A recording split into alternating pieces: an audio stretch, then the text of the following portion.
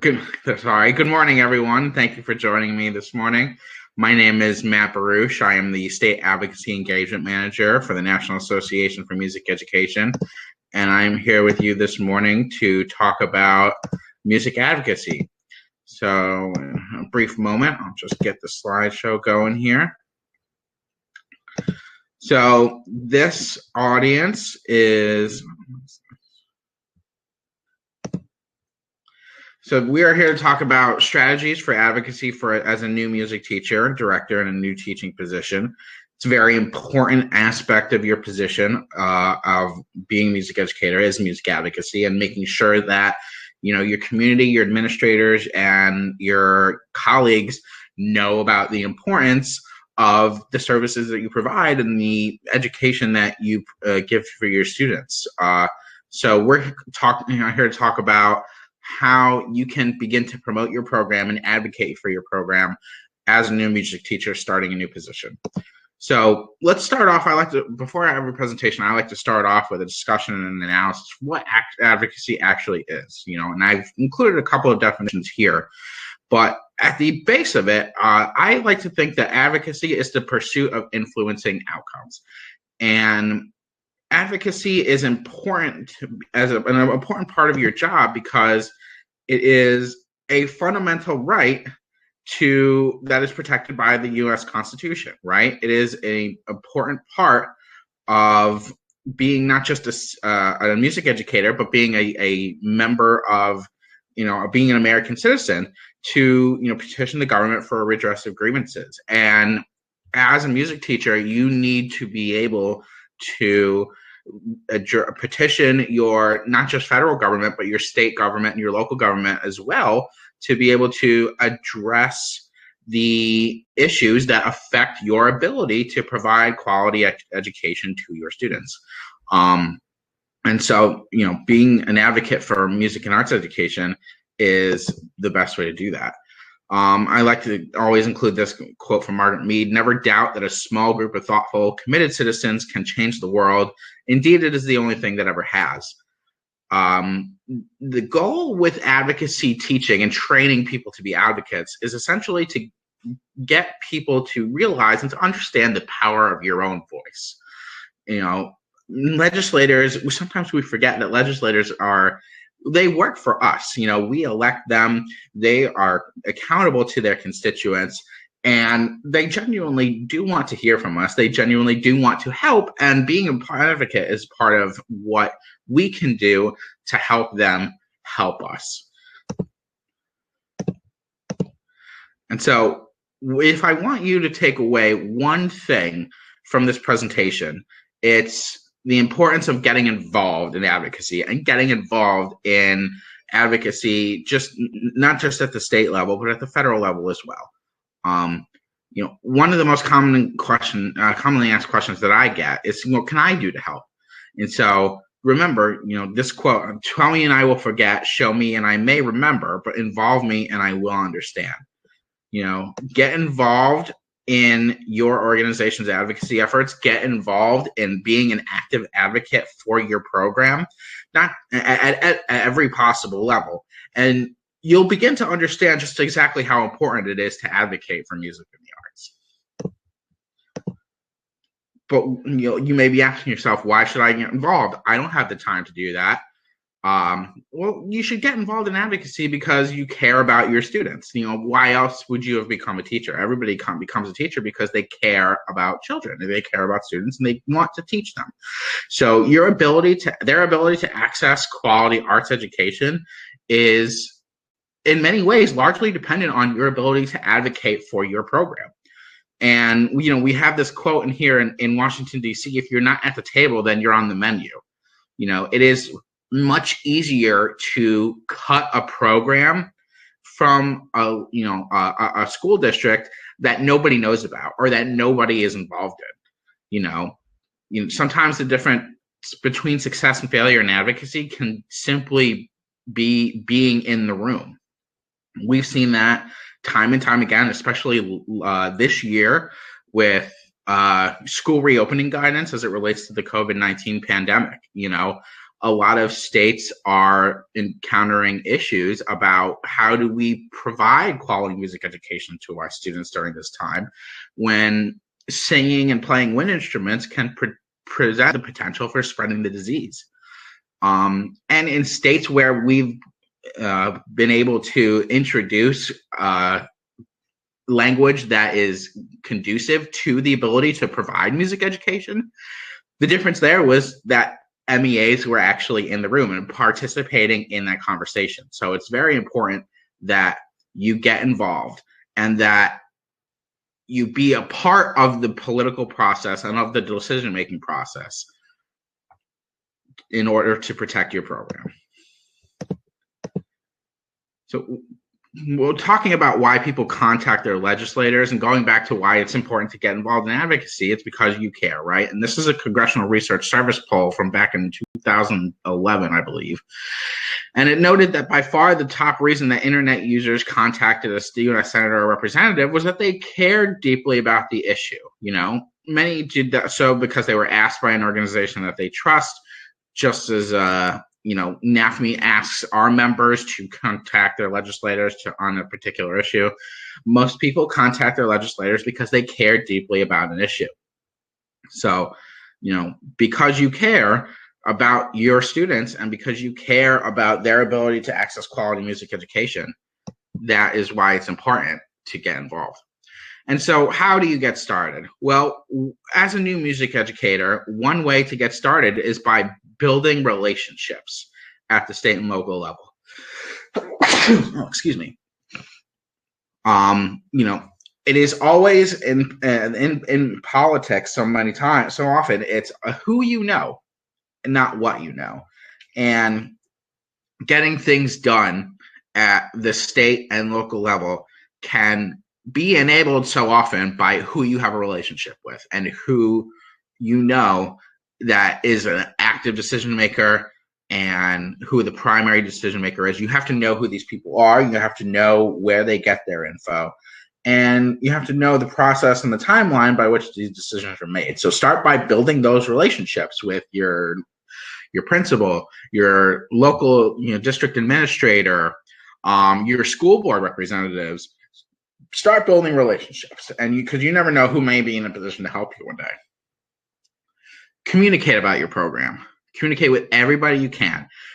You are the biggest advocate for your program. You shout it from the rooftops how great you are, how important your program is, what you do for your students. And then that is how you spread your message, obviously, right? Napoleon said 10 people who speak more noise than 10,000 who are silent. So communicate about the value of your program. We'll talk a little bit later about some ways that you can do that. Be visible. Be visible in your community, right? Let your community know when your performances are taking place. Take part in efforts to better your own community. I'll talk a little bit about some ways that other teachers have done that. If your parents, your students, your teachers, if your community knows who you are and the work that you do to better your students and your parents' lives, that's how you start to get recognized. That's how you start to build political capital, and that's how you start to build influence with your community and with your elected officials. And at the base of it, and probably most importantly, is be the best teacher that you can. And that is a segue right into one of the most important aspects of music advocacy. And that, I believe, is validation. You have to validate the importance of music and arts education by being a great teacher. And I'm sure every single one of you who are watching this right now is an amazing teacher. You're passionate about music education and passionate about your students. But the best, and know that the best thing that you can do to advocate for your program is to provide a quality product, is to do the absolute best that you can to reach into your students and touch their lives and improve them with the power of music. Great music classrooms advocate for themselves. It's a lot harder to cut a music education program that nobody knows about, that nobody takes part in, and that nobody agrees improves their students' lives.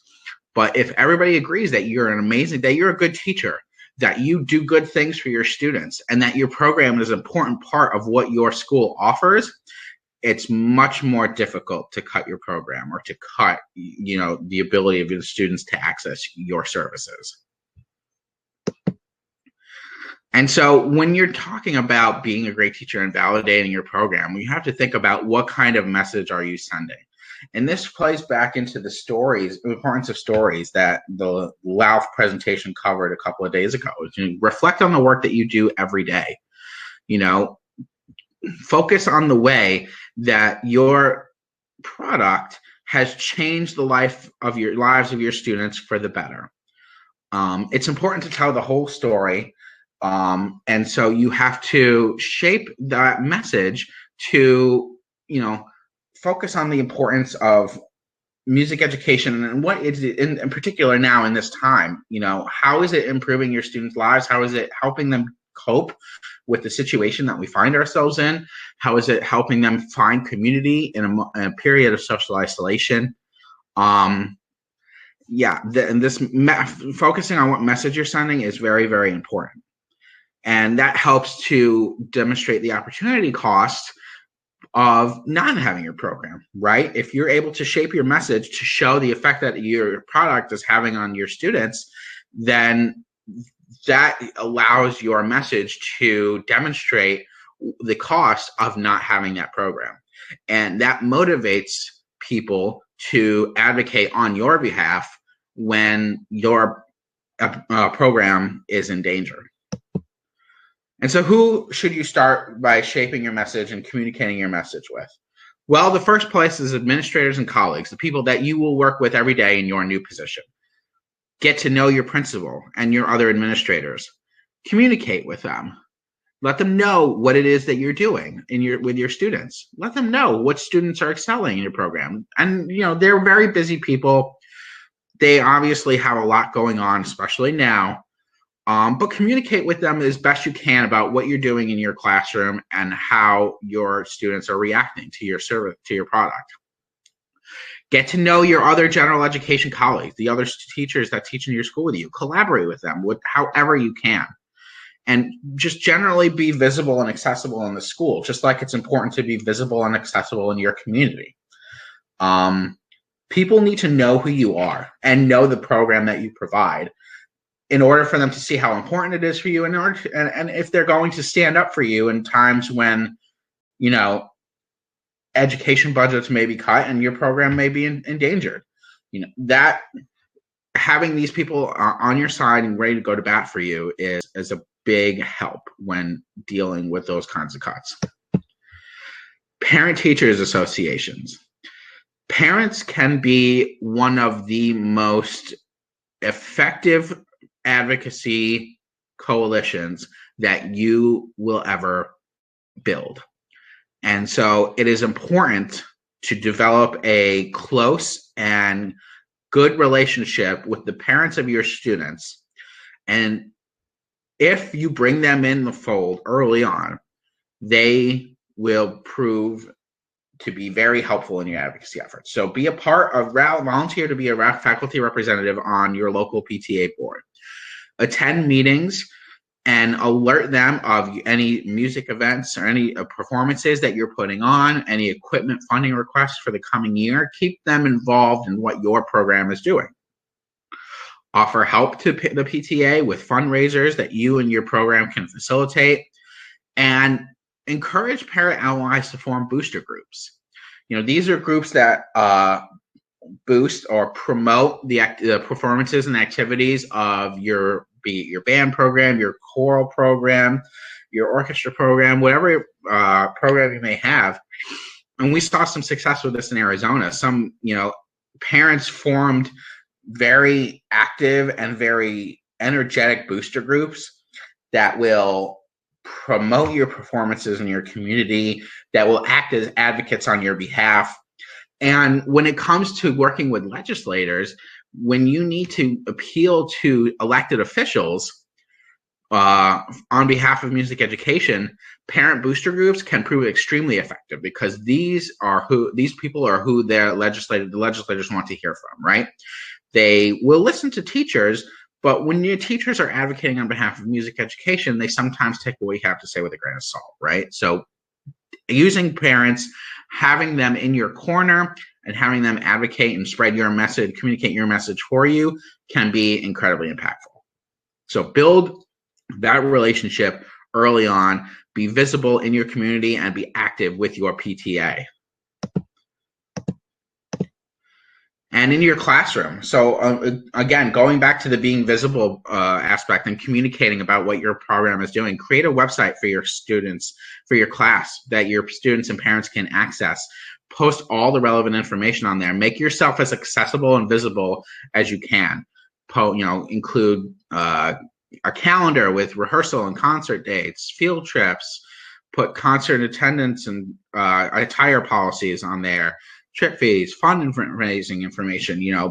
Put your program front and center and promote it this way, and people will be able to access your message. Communication in the community. Again, we spoke about the importance of being active and visible in your community. This is very important because, again, it's harder to cut a program that is nobody knows that it's harder to cut a program that everybody loves, everybody knows about, everybody agrees is beneficial to the students in your community. So perform and host events in the communities and in schools as often as possible. Advertise those performances using your website, using local media, using social media. Promote student achievements. Let people in your community, let your parents, let your community, your administrators, let your other teachers know what your students are achieving in your program. That helps communicate the value of the product and the service that you provide. And again, through social networking. Communication with parents. Communicate with them on a regular basis. Utilize that website. Provide as much information as you can early on. Enlist parent volunteers and encourage parents to attend your concerts. Involved parents are invested parents, and invested parents will make some of the best advocates for your program, but not just the state level, but at the local level and the federal level as well. Communication with other arts educators. I think it's important, and I think this is why it's excellent that so many people have registered to attend this conference. It's important to know every music and arts educator in your community well. There's power in numbers, and that's what we're trying to do with the LAUF, and what we're trying to do here at NAFME is build that coalition, that coalition of music and arts educators that has power in affecting what decisions are made at the local, state, and federal level. Seek advice and support from distinguished colleagues. Observe what other great teachers are doing and ask them questions about their programs and how they were able to accomplish certain things. Do that not just within your community, but within the larger state and national community of music educators. Through the Amplified communities, we provide our members access to networking services with music educators and members of NAFME all across the country. So meet with your colleagues on a regular basis. Pick their brains, learn best practices from them and what works and what doesn't work. If there's no network in your community, take the initiative to create one.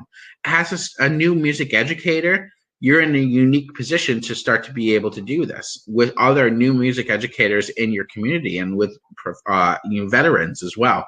Take the initiative to start creating that networking and start to build that community of music of fellow arts educators in your community.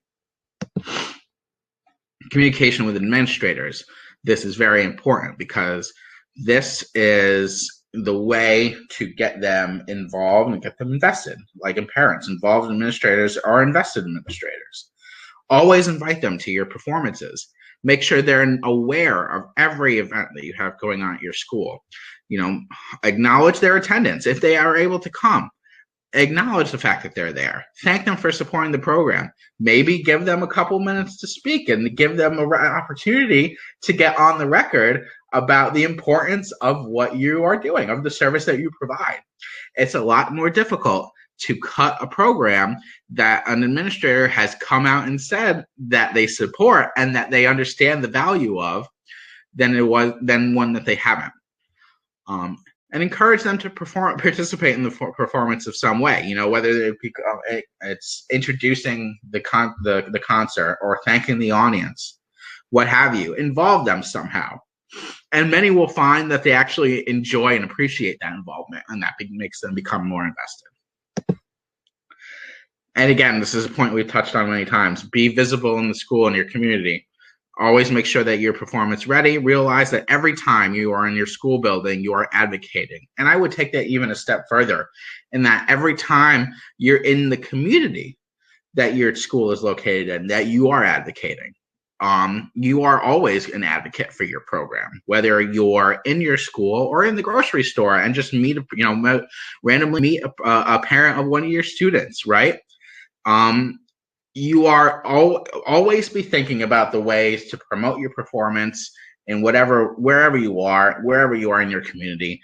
You may think, well, how can I always do that? But I'm sure on some level, all of you already are.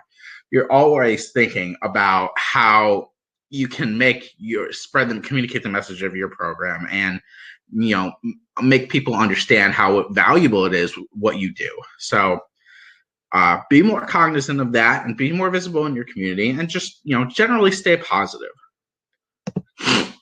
And personal stories and testimonials, these are a very effective method of advocating for a music education, and one of the core aspects of the work of the Louisiana Advocacy Leadership Force, which I encourage all of you to go back and view the session on, participate in the LAUF. This is a growing coalition that is positioned very well to make some very positive change in Louisiana. So be a part of that, and be a part of the stories panel for a pillar if that's something that you're interested in. Sharing personal stories about what your program has accomplished in the lives of your students can be one of the most impactful messages and one of the most powerful motivators for decision makers in the education policy sphere. Data is important, but when you're talking to members of Congress, when you're talking to administrators, they're compelled by hearing how your proposals and possible votes will affect their constituents. So always be collecting these stories from your students, from your parents, from your colleagues, everyone else who will answer the question, how has music education affected your life? And this photo down here is a photo of a clip that went viral in Milwaukee Public Schools. So I'll tell the story of this real quick, just to kind of show how important personal stories can be in affecting positive change on behalf of music education. So during 2019, Milwaukee Public Schools was considering a proposal to make music class mandatory again, which is something that had been reversed many years ago.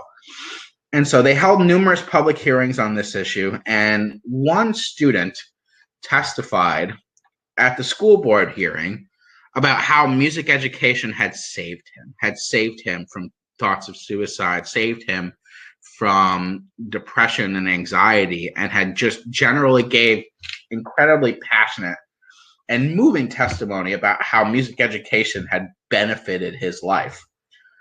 That clip went viral and was picked up by local news, and which you see in this photo here.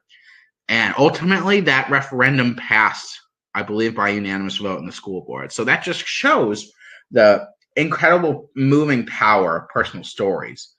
And it's one of the reasons that we compile Title IV stories about how Title IV funding has positively impacted music education programs at the state level and the local level when we're preparing for our Hill Day every year. Members of Congress want to know how the money that they're voting to appropriate benefits their constituents. Give them that information. Data is very important too, but they want to know how their constituents' lives are being affected by the choices they make. Let them know.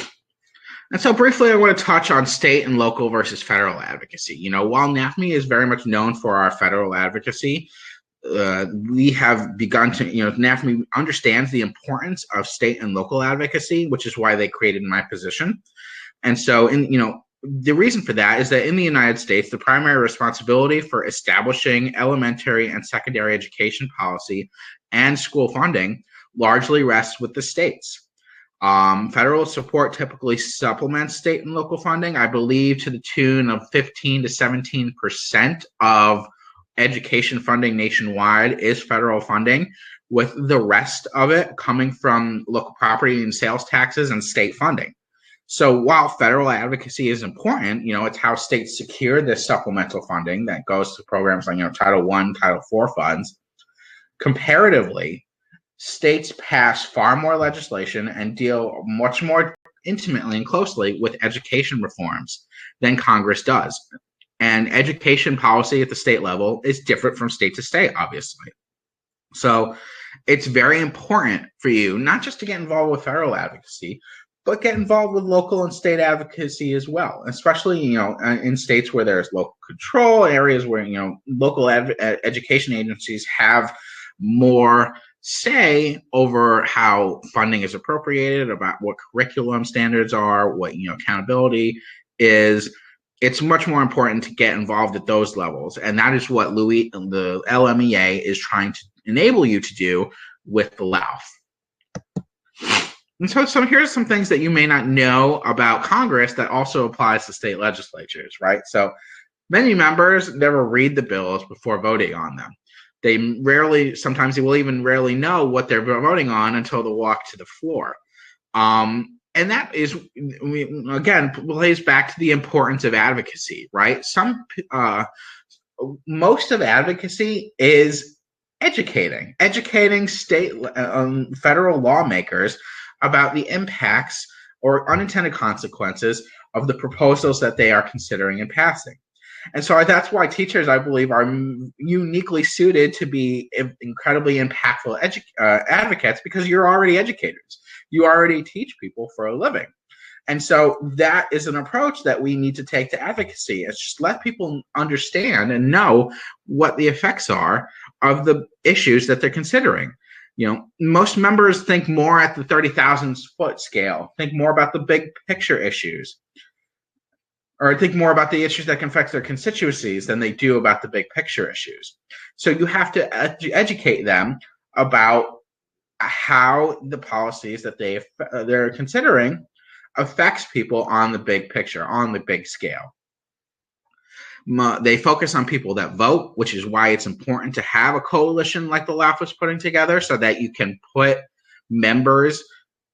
constituents into members' meetings, have them advocate, have your constituents reach out to their members. They want to appeal to their constituents, right? They want to focus on the people that vote for them. They work very hard, and actually Congress passes very few bills in a year. For example, in 2011, only over 3,000 bills were introduced and only 80 actually became law. But state legislatures, comparatively, are much more productive, and that is where your MEA or LMEA is trying to be more effective.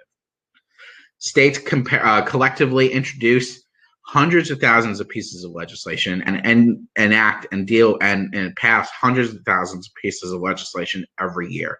So that is why NAFME is taking a more involved role in state advocacy and helping to enable state MEAs to be more impactful at the state level. So what can we learn from these facts when dealing with state legislators, which is a very important aspect of advocacy? And so let's be succinct when dealing with legislators. So much of advocacy is educating decision makers who aren't in the know. And as educators, you can do that very easily. That's something I just mentioned. Frame the issue you're advocating for in the scope of its effect on your students and its effect on their constituents. And bring those personal stories. Make them understand how music education has affected your students and their constituents. Relate your proposal to positive outcomes. and I almost want to put this in a poll here, but think about whether or not you know your state legislator. Do you know who represents you in Baton Rouge on the state Senate and in the Assembly or in the House of Representatives? Why? And if you don't, why don't you have a relationship with them? Why don't you know who they are? You know, you vote for them. Why don't you have that relationship? It's the easiest thing that you can do to reach out to them, send an email to their staffers, and let them know who you are. You're a music educator in their district. You're concerned about protecting arts education at the state level and a student's ability to access quality arts education. Start to build that relationship now. And so when they start to consider proposals, excuse me, that affect your ability to provide your product, you can start to become a resource that they will rely on. And as you're considering getting more involved in advocacy, just remember nothing is carved in stone and nothing is ever dead, right? Sometimes a no can just be not now. And advocacy is one of those areas that very much is a long-term, a long-scale, long-haul endeavor. Very rarely will advocacy efforts pay off in the short term, and that's just the nature of politics. You have to be persistent, you have to be committed, and I believe that every single person who is watching this right now has that persistence. And remember, too, who this is about. Arts education and advocacy is not about you. It's not about your position. It's about your students. It's about the kids. And it's about their ability to access quality arts and music education that provides them with the social emotional learning benefits that are helping people and helping students cope with this pandemic and deal with the social isolation that we are finding ourselves in. We provide arts and music education so that students can prosper and grow and become whole people. So remember that. Focus on that as you're advocating for your program. And that will naturally help guide your message and bring out your passion. And so I won't go all schoolhouse rock on you. I'm sure everybody is familiar with this process. How a bill becomes a law, introduced, going in through committee hearings, voted on the floor, and returned to the opposite chamber where it goes through the same process. What you may not be aware of is the pyramid of influence within a legislative office.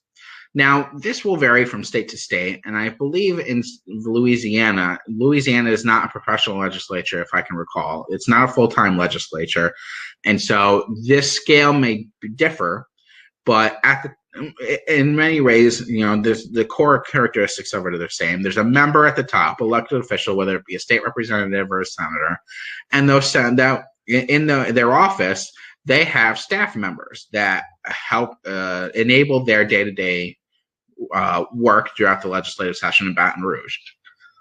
You have a chief of staff at the top, and underneath them, a legislative director, legislative assistant, legislative correspondent. They all help meet with constituents, help tee up issues for their member to understand, enable them to vote on any particular issue. So if you're interested in building that relationship with your state representative, which I encourage everyone to do, get to know these people. Get to know the staff member that's responsible for education policy in your representative's office. That way, they will understand and come to understand and appreciate your expertise and call on you when their boss has to weigh in on an issue or on a piece of legislation that affects education and affects music education. That's the position that you want to find yourself in, and that you want to put yourself in when it comes to state legislatures, a position of expertise.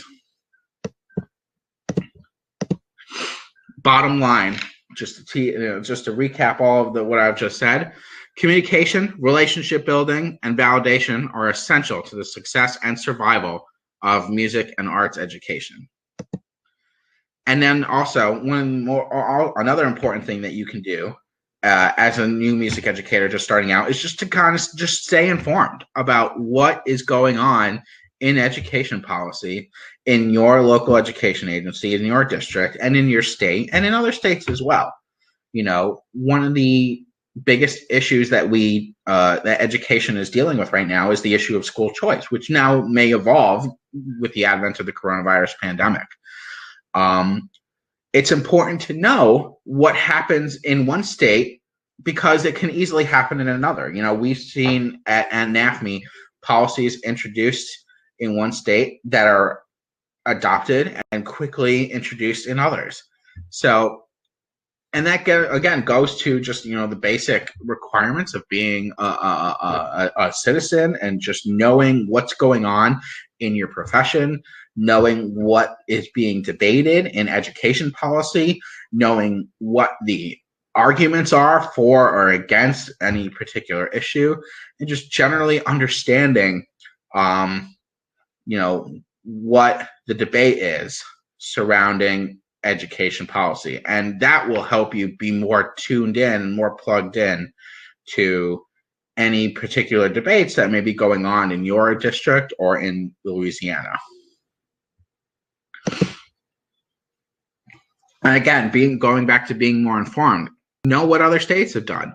The reason that the Louisiana ALF, the Advocacy Leadership Force, came to fruition is because Scotty Walker and Brett Babineau came to me and asked, what are other states doing? We want to get more involved in advocacy?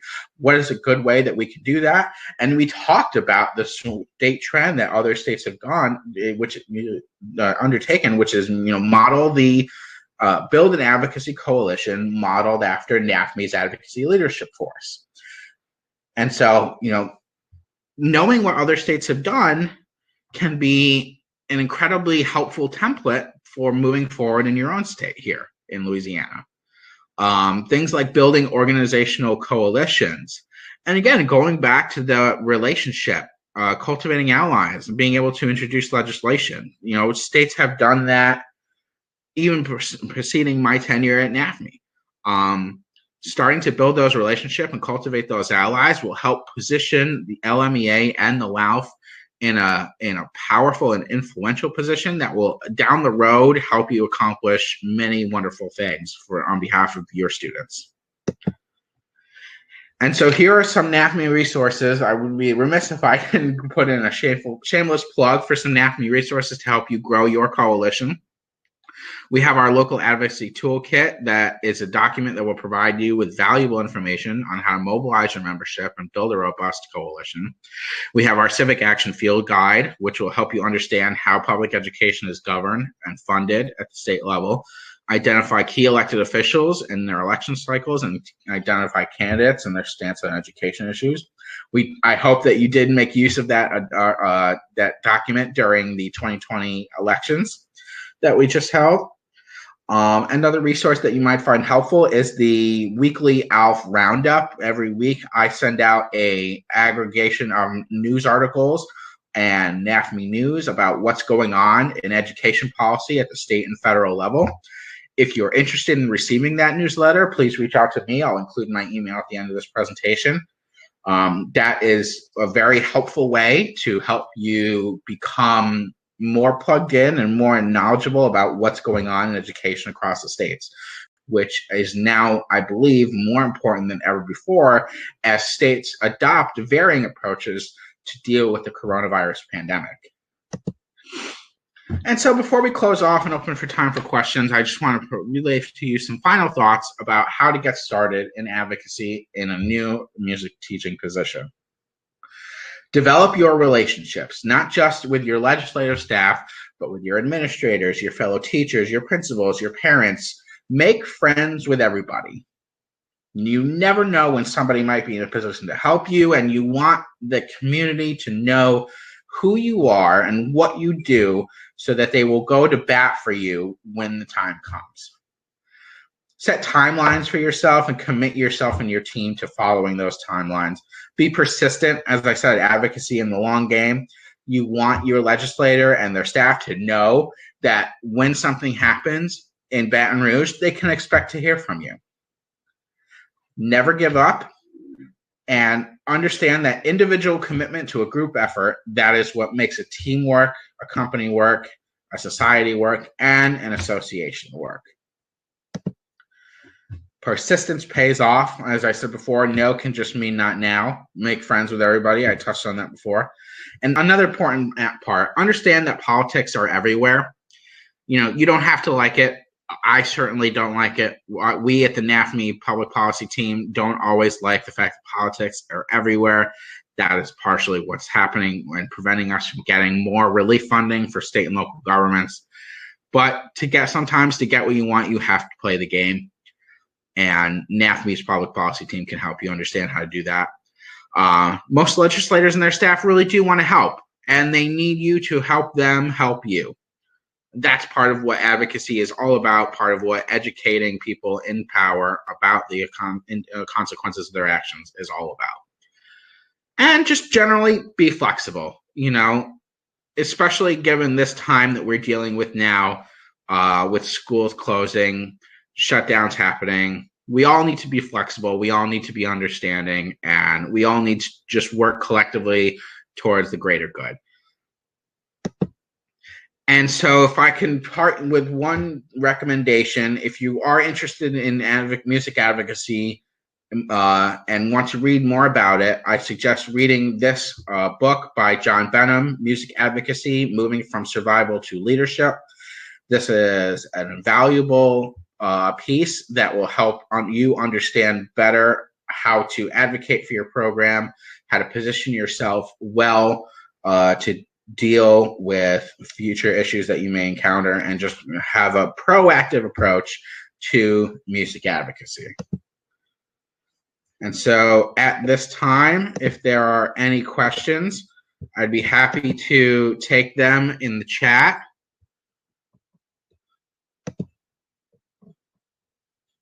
See, I'll open up requests to speak, see if there's anybody who...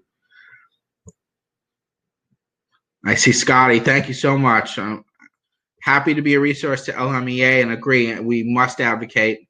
If, to Scotty's point, absolutely. If nobody will do it for you, although NAFME here is to help at the federal level and to help advocate with you at the state level, but it is incumbent upon you as music educators to take an active role in protecting not just your programs, but your students, and protecting the benefits that your product provides to your students.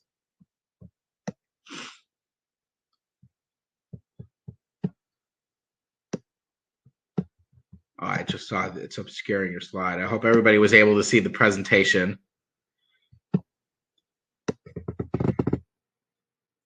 Okay, well, I'm not seeing any questions